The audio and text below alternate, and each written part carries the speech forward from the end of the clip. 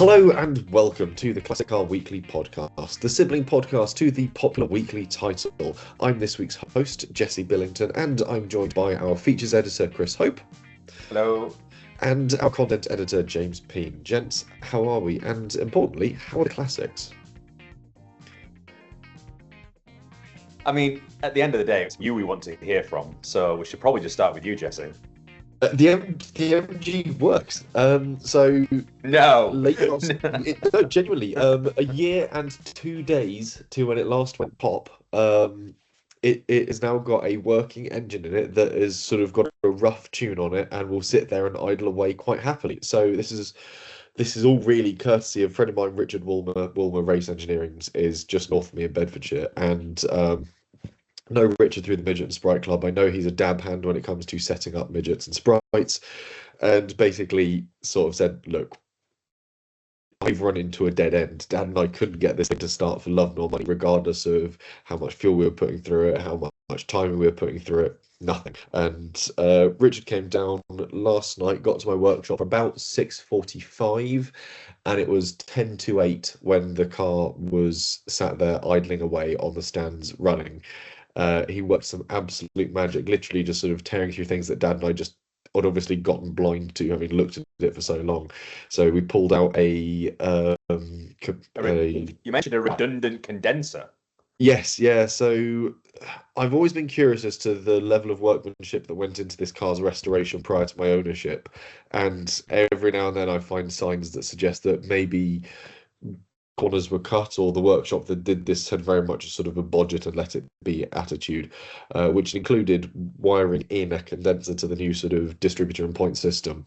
So that was really throttling voltage to the distributor, so which answers why it always hated starting, and always had a bit of a bad draw from the battery.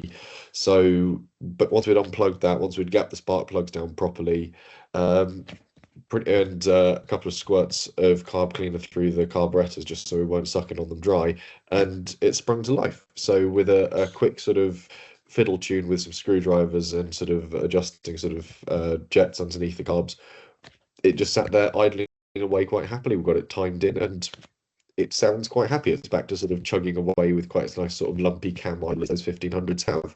So the plan is we'll get Revival out of the way because he's got a couple of cars heading down to that, and then I will drag the MG up to his workshop. We'll put it on the rolling road there, get the carburetors probably set up, get the timing properly dialed in, and we use their alignment rig just to make sure the steering rack's square where I had it out to do the timing chain cover. So yeah, it was a great night of about an hour and 15 minutes work all in. And yeah, we then went to Cafe de Machine, had some beers and pizza to celebrate. So Nice. perfect. So Yeah. we're coming up on the year anniversary of it happening, aren't we? It went bang on the 7th of September last year, That's because fantastic. Revival was a weekend earlier last year. Right. So yeah, went bang on the 7th, and we are now officially a year and 2 days later, it runs happily. So yeah, we've got just over 60 pounds of oil pressure in it. It came up to temperature nicely. All the water lines are feeding nice and hot. There's no leaks from any oil connections, any water connections. It's watertight, oil tight, and very happy. So yeah, my thanks go to certainly Richard, and more broadly a testament of it's useful to know people from clubs who know what they're doing. Well, mate, it's only 4.5 months after the drive-it day. Yeah. I did arbitrarily set myself a new deadline of will I get it running before my birthday, and I think we might finally make that one. I do have a final backup deadline of can I get it running and driving by the Classic Motor Show in November, because it's appearing on the club stand there. So yeah, I'll have blown through at least sort of 14 different deadlines, but finally got there. But you're used to receiving my copy in that sort of order anyway, so. But yeah, have any of you had anything interesting happen with your classics, or is it just my world that's finally seen some success? I think it's just you. I mean, last time we spoke, I had a new radiator pack to go in the T5, which I was struggling to remove because of previous bodging, yes. rounding off star adjusters and what have you. They're all out. I've got that sorted. I've got a new intercooler because my engine was so oily. It was like literally 2 centimeters thick with oil. So I've had to scrape all that off and copious amounts of gunk and then the big tour is still realistically a weekend away from being drivable. But as I speak, it's absolutely chucking it down with rain. So I'm set no garage and off to Revival this weekend. So that won't be this weekend coming. Hopefully the weekend after. Yeah, see how we go. And Chris, any progress on your own? Because I know you had plans to take the Mini out for one sort of final autumn blast. Yeah, so all booked up to go to the Peak District next weekend. We've organised a B&B, a few of our friends in an Airbnb, and we're driving over on Saturday. It was Friday, I think it's Saturday now. So yeah, going to do loads of driving on Saturday, stay over Saturday evening, and then head back for home on Sunday. So yeah, hoping to take in some nice parts of the Peak District, the Hope Valley, drive up to the top of Mount Tor. So yeah, looking forward to that. It's not really done anything really beyond sort of pootling around town since doing the London to Brighton classic car run. So it'll probably be the last thing that it does before it gets parked up and properly serviced, and then I'll, assuming that I've got a bit of free time over winter, get the engine out and make a start on replacing some of its many perished oil seals. So A series are incontinent at the best of times, but this one's literally taken the wee wee. So I need to do something about that. Just try and make it a little bit better at holding onto its oil. So that's what I'm looking to do. Fair enough. Sounds like a lovely plan. I can't believe you're going off to sort of the Edel sort of Valley next weekend. I'm heading the weekend after heading up to Sheffield. So sort of a succession of Classic Car Weekly writers heading up to that neck of the woods. Whether I take the MG or not has yet to be decided, but the Jimny is still off the road. I don't want to use it because the gearbox does not sound happy. Essentially, the middle era of my generation of Jimny has what's called the R72 gearbox, and essentially the oil seals all around it, a bit like your A series engine, have failed, and all of the oil is no longer in that gearbox. So I've had to go around, ask a load of sort of local specialists, figure out who's got the best offer, and find one that will remove, strip, rebuild, and replace and return the vehicle to me. So they won't even come out, pick up the car, take it away, do the job, and drop it back. So that's the next vehicle that's decided to absorb all of my monies. Now the MG has decided it's sort of time to be fixed and working. So as one door closes, another one opens to a different workshop. But yeah, so yeah, I might take the MG up to sort of Sheffield next weekend. We'll wait and see what the plans are. But if the weather's going to be absolutely gash, I'll probably just take the Astra like it is set to be this weekend for the Goodwood Revival. But we'll get to that in due course. Anyway, classics out the way. We'll jump into the news section of this week's issue. And there's some great news ahead of the Classic Motor Show at the NEC this November, James. I have not prepared for this one, so we have to. I can feel it if you want, James. It's the pride of ownership news. So I took a phone call from show organizer Andrea C last week. She was very excited to give us an exclusive story with regards to this year's Classic Motor Show. It's going to be 10 years since one of the big fixtures of the event, which is the Lancaster Insurance Pride of Ownership competition, is going to be 10 years old. So Andrea has been doing a lot of work behind the scenes to speak to all of the finalists that have appeared in that competition over the years, with the mind to bringing a best of the best competition. So as things stand, I think it's about a dozen, isn't it, James, from the top of my head? But yeah, 15 cars at the moment, and it'd be whittled down to 5. Yeah, so if you go onto the Classic Motor Show website, you can see all of those finalists who are taking part, who have appeared in Pride of Ownership competitions over the year. The voting for that will remain open until the 1st of October. You don't have to be a ticket holder in order to vote for that competition. We're just there. They're just looking for as many views and opinions as possible. When voting closes, they will arrive at a top 5, and those 5 cars will be having a dedicated display at the Classic Motor Show, separate to the ongoing Pride of Ownership competition that will be there, and that will have sort of 20, I believe 20 cars for this year's event. And then on October the 8th, those 5 cars will be announced.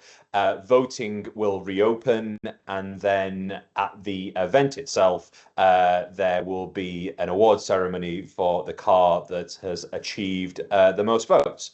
So, champion of champions, best of the best. Looking quite forward to sort of seeing that. It's going to be something new for the event, and it sounds like there should be some really quite interesting stories attached to some really fantastic cars. Looks like it's going to be sort of. I always enjoy looking around the sort of the Libu sort of displays, because there's some brilliant stories that sort of get swept into it, and I think sort of having this celebration of some of the amazing stories that have really sort of featured in that Pride of Ownership sort of stand over the years is going to be fantastic. And seeing what the public thinks is always an interesting one as well, getting a gauge of sort of the stories they've most enjoyed learning about these classic cars. The other thing for me is I'm just going to look at some of these cars and just go, wasn't it here last year? And it turns out that it was like 2017 or something tapped. What's interesting though is if you look at the cars that are eligible to be voted for at the moment, there's like a 1926 Packard, you know, 1972 Triumph Spitfire, but then actually it's quite a modern classic selection. So 83, is that still a modern classic? It still feels modern to me, like Golf GTI. 85 Honda Acti, 1992 Golf Cabriolet, 92 BMW 850 CSI. So it's kind of like the modern classics are starting to really come into their own at the NEC.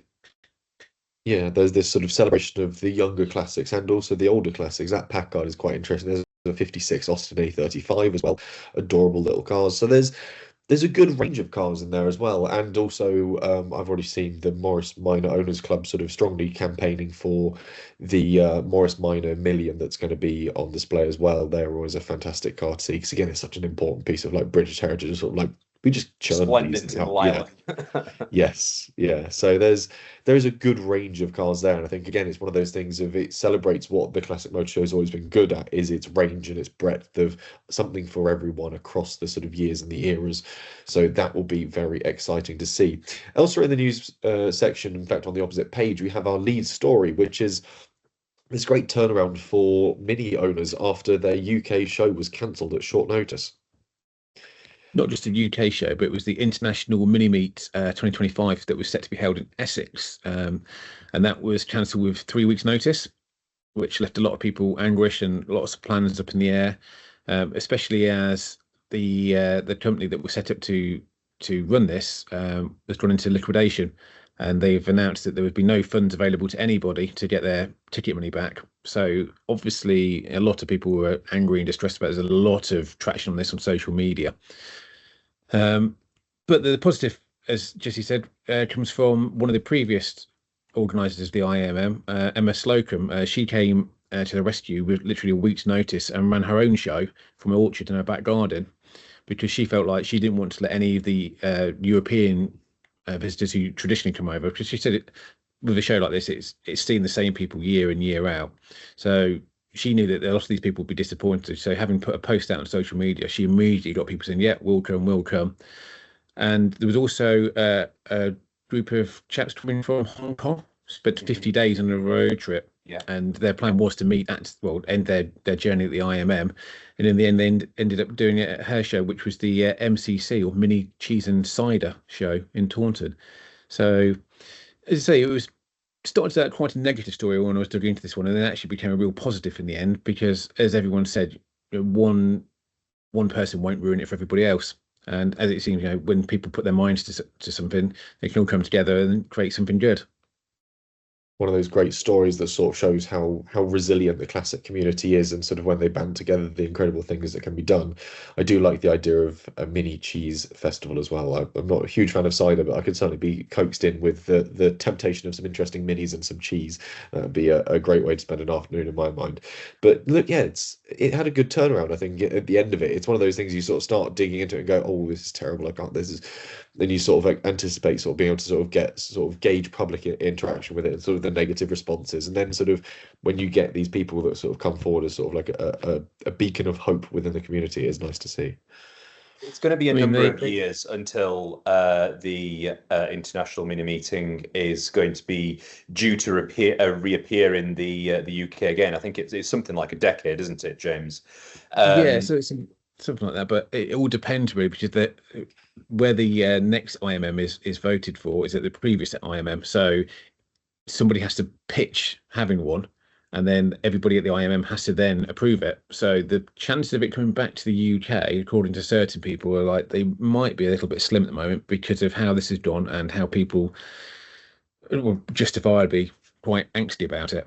Yeah, it's happened once in the UK. It could happen again. Is the gist of it, isn't it? Yeah. Which is, understandably so when the event has been cancelled last minute sort of thing. So, yeah, I hope that such a big sort of international meeting doesn't shun the UK, particularly given that the Britain is responsible for the mini. Certainly, Emma's efforts are to be applauded. And hopefully just the passing of time and things like that and general goodwill and efforts from the wider UK mini community when we are abroad at these events will hopefully win back some of the reputation that we've lost. Yeah, hopefully it'll set it back on track. It'd be good to have it back in due course. But I think it's nice to see the show also cycles through other countries as well, because it also celebrates the love for certain marks and models beyond just sort of what we know in the UK as well. It's nice having that international spin to it. So hopefully it'll all be healed by the time it comes back round. Next year is set for Poland and then Portugal in 2027. So hopefully after that, as you say, back in the UK. Well, Chris, perhaps once you've finished your leaky little mini, you'll be able to at least lug it out to Poland, or at least if it takes anywhere near as long as my projects do, you might make it to Portugal. We'll wait and see. We'll move on from the lead story. Elsewhere in the news section, we've got some brilliant stories. Obviously, we've got a report from Rustival at the British Motor Museum with some of the brilliant cars that were on display there. And James, you were down at Beaulieu as well. What was your? We'll quickly touch on that. What was your absolute standout there? Obviously, alongside the 1,000 horsepower Sunbeam startup, which is incredible. What was your big find within the sort of the hordes of buried treasure? I have to confess, I spent £1 and I bought a Hazard spanner. That was the sum total of my expenditure, because I got there a little bit late because the weather on Sunday was atrocious. I was doing 40 miles an hour on the A303 with the wipers going full chat for about an hour. So by the time I got there, I had a quick nip round the main stands, and then I had to make a beeline for the Sunbeam startup, which there's nowhere I could miss that, which was amazing. Sort of anticlimactic because it fired first turn, right on the button, and then just roared into life. You kind of wanted a little bit of drama with it, but there was none of that sort of COD TV drama you get with engine startups. So that was amazing. And just generally the scope and the breadth of everything that you can get at the Autojumble. I mean, I didn't know I wanted the world's smallest hovercraft, midget hovercraft, but having seen one there, would quite gladly have put that in the back of the R-bath and taken that home. But spin on the Sinclair C5s that you normally see sort of parked up at the side of sort of stands. Yeah, but a bright yellow midget hovercraft, who would say no to that? I mean, if it's going to keep raining like it does at the moment, it'd probably be quite a wise investment, certainly a long-term idea. Yeah, I need to get down to the Beaulieu Autojumble. It's weirdly an event that I've never done, but I'd probably quite enjoy it. I have a sneaking feeling, and probably spend way too much. I literally could have spent £1,000 within 3 minutes walking through the door because there was a motorbike I wanted, and then I was like, wandering around. There's something you see all over the place, and it's one of those things where you really have to dig into all the boxes of junk as well, especially if you're like me, you like your metric stuff. So none of that stuff goes down particularly well at Beaulieu because it's all Imperial and blah blah blah. But yeah, if you're a Volkswagen nerd like myself, you can find a couple of bargains. Even though I only spent £1 for saying that. Yeah, I'm definitely going to have to put it on the list to try and get to next year. It's always a tricky one because it always sort of falls in that gap between Silverstone Festival. Well, mind you, we don't have Silverstone Festival next year, so I might finally have sort of a clear enough run up to get to it, where my girlfriend won't be sort of missing me for sort of 3 or 4 weeks on end because I've got events to get to. So, touch wood, 2026 Beaulieu Autojumble. I'll try and get along to it. We'll move on then out of our news pages. We'll dive actually in something we don't often touch on, which is the out and about spread, because of course this weekend we've got the Goodwood Revival coming up. And gents, both of you are heading along. There's the preview in this week's issue. What are you most looking forward to getting along to the Fate Racing this weekend? What's most drawn your eye in? Go on, James, because I know what you're going to say. What do you think I'm going to say? Go on, I'm intrigued. I think you're going to be keen to see the plethora of splitties that are going to be taking to the track for a massive anniversary parade. I can't deny that. That does have a certain attraction to me, as being a Volkswagen person. Nice to see Volkswagen taking centre stage at the Revival. Although previous year it was the Beach Buggy, I believe, wasn't? Was that? Yeah. Yeah. So maybe Volkswagens are finally sort of having their time in the sun at the Revival. Bit of a nice celebration of sort of air-cooled cool in that sense. Chris, what's jumping out to you ahead of the weekend then? What are you going to be sort of properly seeking out? Is it one of the track actions? Is there a display you're looking for? I'm going to be straight to the paddock and have a look at some of those cars that are going to be in the Jim Clark parade. I think being at the Silverstone Festival and seeing all of the Formula One cars for the Drivers' Championship timeline, with a car representing each of the drivers who have won the competition over the years, I'm really keen to sort of see what cars are going to be there, celebrating the many achievements of Jim Clark. I think the reason for this particular anniversary is it to do with it's his second since he won his second title? Is it 60 years or something? Since his 1965 campaign where he won F1, British F2, he won the Tasman Series. I can't remember if he won British Touring Car or Touring Saloons that year as well. I think he did that as well. So it was sort of the year where he had like absolute dominance across so many different sort of branches of motorsport. This is sort of like the peak year of Jim Clark, as it were. He had a couple of other good years. He was always dabbling in different racing events across the season. But yeah, I think he won British F2, French F2, Tasman F1, and possibly BTCC as well. So there's a lot to really be celebrated. Third, I mean, I follow Formula One, perhaps not to the same degree that you do, Jesse. But it's the one thing about Jim Clark that always stands out for me is I'd never heard of a Grand Slam in the context of a Grand Prix before. It's someone who takes pole position in qualifying, wins the race itself, and achieves the fastest lap in doing so, and then leads for every single lap. It's not just winning, it's winning in the most comprehensive way possible.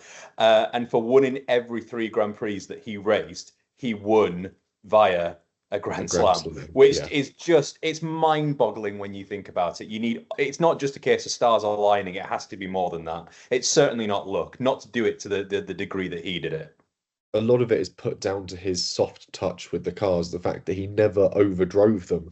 And that was in an era that was defined by reliability, by cars breaking down, by these very fragile, spidery machines.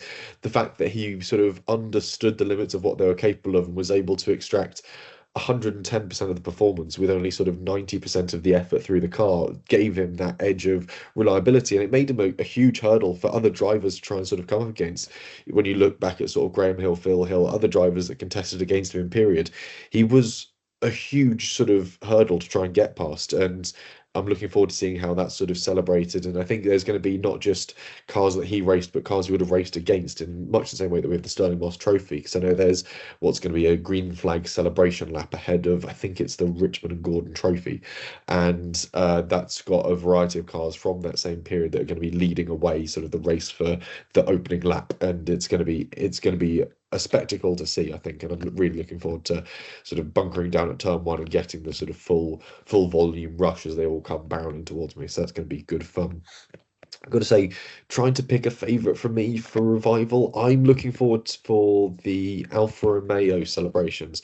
So this is celebrating 100th anniversary of Alfa Romeo's first World Championship manufacturers win and 50th anniversary celebration of their World Sports Card win back in what would have been the 1970s. So we've got these sort of two great anniversary lines for Alfa Romeo coming together with a whole host of their racing cars that will be taking to track, including right the way back to sort of the early eras of Alfa Romeos back in the 1920s. And I know that one of the cars that will be hopefully doing the parade is the first car that Enzo Ferrari ever won a race in, as when he was a racing driver before he actually set up Ferrari, he was a racer for the Alfa Romeo Works team. And I know that that car has resurfaced, is currently being prepared, and will hopefully be part of the demonstration. So looking forward to having a good poke around that. And again, they won't necessarily all be racing across the weekend, but they'll all be sort of gathered together in one of the paddocks. And it was well worth going and sort of having a look around, having a chat with people, and finding out the history, because some of these cars are going to be absolutely fantastic. So yeah, plenty to see when it comes to that. Plus, all the usual racing, famous faces over the road. There's going to be some great displays, and the car park, which is a show unto itself. So all the top tips in this week's Out and About, and of course the toppest of all the top tips: bring a raincoat. The forecast doesn't look great, but that could change. We're recording this on Wednesday. It might improve. We'll move from the Revival then to the feature in this week's issue, which looks back at the MOT, which turns 65 this year. Yes, so 1960 is when the MOT was introduced. It's an interesting one because there's a certain topicality to just the way that classic car enthusiasts view the MOT today, particularly when so many of our cars are now considered to be exempt. Is there a need for us to have our cars MOT'd? Can we assess roadworthiness on our own, and is it okay to go to specialists rather than dedicated MOT testers? What I really found interesting about this is just the evolution. So what began as a fairly sort of rudimentary test of just checking the brakes and the lights and the steerings, and how it evolved. And again, the author behind this piece, Andrew Roberts, has done an absolutely fantastic job of raiding archives for what period Motoring Magazine said of the MOT test at the time. Just really interesting to sort of see about that initial skepticism, the necessity of its requirements, almost a view that it was just a tax on motorists. It wasn't seen as being something that was to benefit safety. It was a way of netting more money for the government from motorists, sort of thing. I don't think that's a sentiment that's ever really gone away, has it? So, yeah, as I sort of said, we've got that look back, and just the effect that the MOT had on the motoring world, high streets and driveways of car owners at that time, what cars it saw, disappear, and just the effect that it had on manufacturers as well, and how they had to meet requirements and how that changed the style of cars that they built. Definitely worth a read. And we also had a word with some knowledgeable experts. In fact, it was James that was responsible for that particular feature. Just really, as I say, questioning the validity of the MOT for classic car enthusiasts today. You can talk about it. Yeah. No, got a bit of delay here. I think there's a bird on the telephone wire outside in Somerset. Is intercepting the podcast. Yeah, no, it's always interesting, the subject of the MOT, isn't it? It's a hot potato. People either completely go with it and agree with it, or other people hate it because they hate being told what to do by somebody else. So where you stand on that one, who knows? But yeah, it's definitely worth a read, I would say. Yeah, it's I love it when we get these sort of rich history pieces come through Classic Car Weekly, and especially when it's the Andrew Roberts pieces that sort of he does so well at encapsulating the history and sort of the context and colour of the scene that it's sort of set in. So it made for an absolutely fantastic read. Often sort of when I disappear off my lunch breaks, what I will do is actually sort of when something is mid-production is actually read it before it's even hit the page, just sort of the blank copy that's come through. It's I'm always eager to sort of see what goes on. And yeah, especially when it's an Andrew Roberts the way we were on Andrew Roberts feature, it always just sort of captures he just captures the imagination of it so brilliantly. I always look forward to it. And I think he's done a sterling job with this one. I think that the reader will really enjoy it when it lands on shop shelves and doormats today. Essentially, we're recording this for It's once the on release relatability. day. It's that idea that people have not changed. Their opinions, their views are all sort of very similar to the ones that we hold today, despite technological advancements, despite cars being fundamentally different. The way that we view our relationship with them, it's really surprising how that doesn't seem to have changed in 60 years. So. Yeah, 6.5 decades later, we're still sort of encountering the same arguments and viewpoints from the British motorist, and the same sort of dissonance between that and the powers that be that authenticate the MOT. It's an interesting one. It's nice to see that we haven't changed in that aspect. Elsewhere in the issue, it's another busy one. We've got a second feature that looks back at the Jaguar SS at 90 years, which is lovely sort of touring sports car. Our Classics sees finally the story of me ragging a Suzuki Jimny around Corfu make it to page, and we've also got the usual sort of plethora of auction reports the way we were as well, which heads off to Marlborough down in the New Forest, which is lovely. Gents, we've got anything else to add at the end of this week's issue? Otherwise, we'll crack on because we're on a bumper issue this week before we head to the revival. No, just that obviously next issue on sale September 17th is a special issue, upsized pagination. Obviously, it will carry our full coverage from the Goodwood Revival, and there's some really interesting complementary features that relate to some of those elements that are going to be at this year's revival. So definitely worth looking out for that next Wednesday. Plenty tucked into it. Otherwise, thank you very much for joining me this morning. I'll let you all get back to production as we've got plenty ahead of us. Chris, James, thank you. Thank you very much. And we'll be back with another edition of Classic Car Weekly and the Classic Car Weekly podcast.